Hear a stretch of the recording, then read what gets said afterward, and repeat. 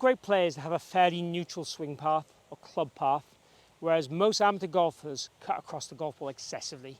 Now, cutting across the golf ball is okay if you want to hit a fade, but again, we only want to do it by a couple of degrees. From all the math stuff, a couple of degrees, make sure you hit lots of fairways, lots of greens. So let me share with you the key things to do to make sure we swing from a neutral path or from a slightly inside path consistently. So we're looking to get the golf club to be just behind the hands as we enter this delivery position. Now, in order to achieve that, there's lots of little things that happen. So ideally, from the top of the swing down, the arms have to drop a little bit with gravity. The wrists have to go in a little bit into lead wrist into flexion, trail wrist into extension. That moves the club head behind us into a slightly stronger position. And we also need to ideally lead with the lower half, which gives us a slight axis tilt, which again allows the club to stay on this inside direction.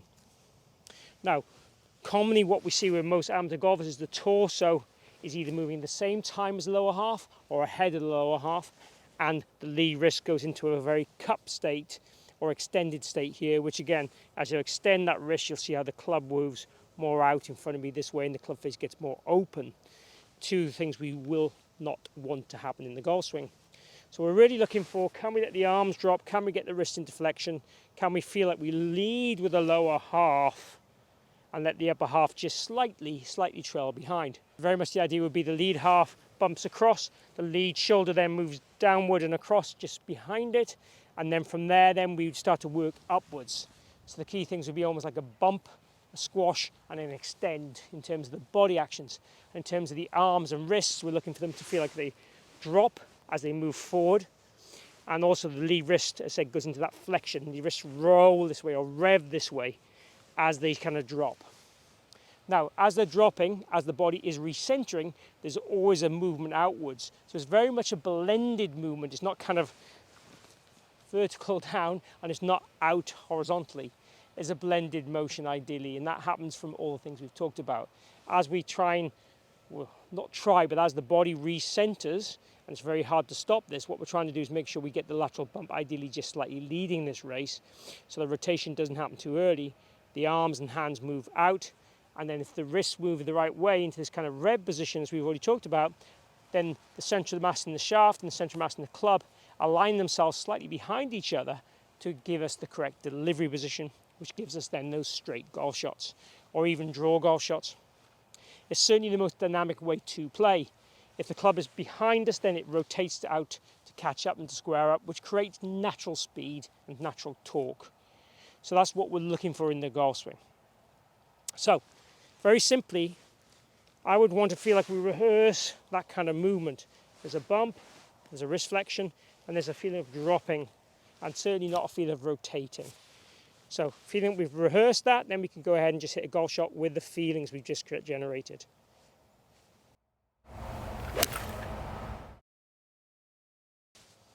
So that's a great way if you are a concept kind of golfer and you don't want to practice and you don't have drills. Just kind of getting the understanding, doing some movements to give you the feels, and then transporting those feels straight into golf shots. Now, what I'm going to share with you now is a drill that I love for this, to really exaggerate the feels you should get within getting the club in the right position, and then using your own senses to determine what you've done to create it. So the drill I love to do for this, we've got this rod representing kind of a ball to target line. This would be how I'd set up to the golf ball. Then I'm going to stick a rod in the ground here, and I'm going to put it kind of midway between the rod and my toes, and I'm going to try and put it at an angle that's roughly the same as how the shaft would be. So how the shaft, how the club would sit naturally from the manufacturer's lie angle point of view. Just like that. Okay. So now I'm going to set up to this golf ball here. I'm going to swing back. I'm going to obviously be over that rod as I come down. I'm going to try and get the shaft, the lower part of the shaft here, as far away from that rod as I possibly can. But I'm going to try and make sure my hands are this side of the rod. And I'm going to try and make sure my PXG logo in this case is trying to feel like it's turning down. So we're going to go top, turn it down, hands one side, shaft one side. Now, what am I feeling in my body in order to create that? For me, I feel a bump. I feel like a slight kind of hang back almost, and I definitely feel my wrists are very conscious what they're doing at this moment in time. So it's quite conscious for me at this moment in time, but that's absolutely fine. The idea would be, can I build up some reps doing this?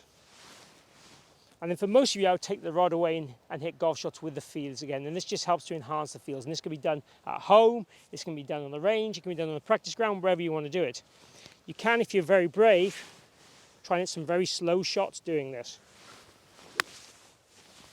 Again, I'm not looking for great strikes doing it. It's quite daunting.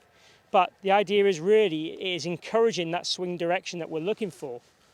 And even you could go to here and then hit shots from here, just in the small swing. So just there. And you see there the ball goes massively to the right, because again, I'm not having any intention of rotating or hitting the ball to target.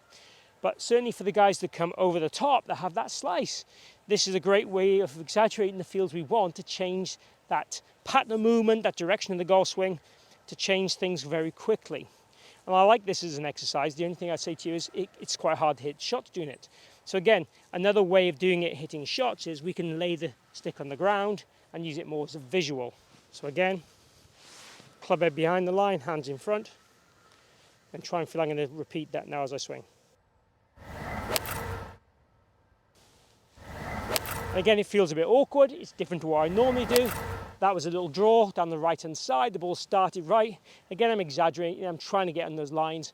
I, if anything, have a slightly steep transition, which I'd love to change. So again, if I practice like this for hours and hours, my swing would change.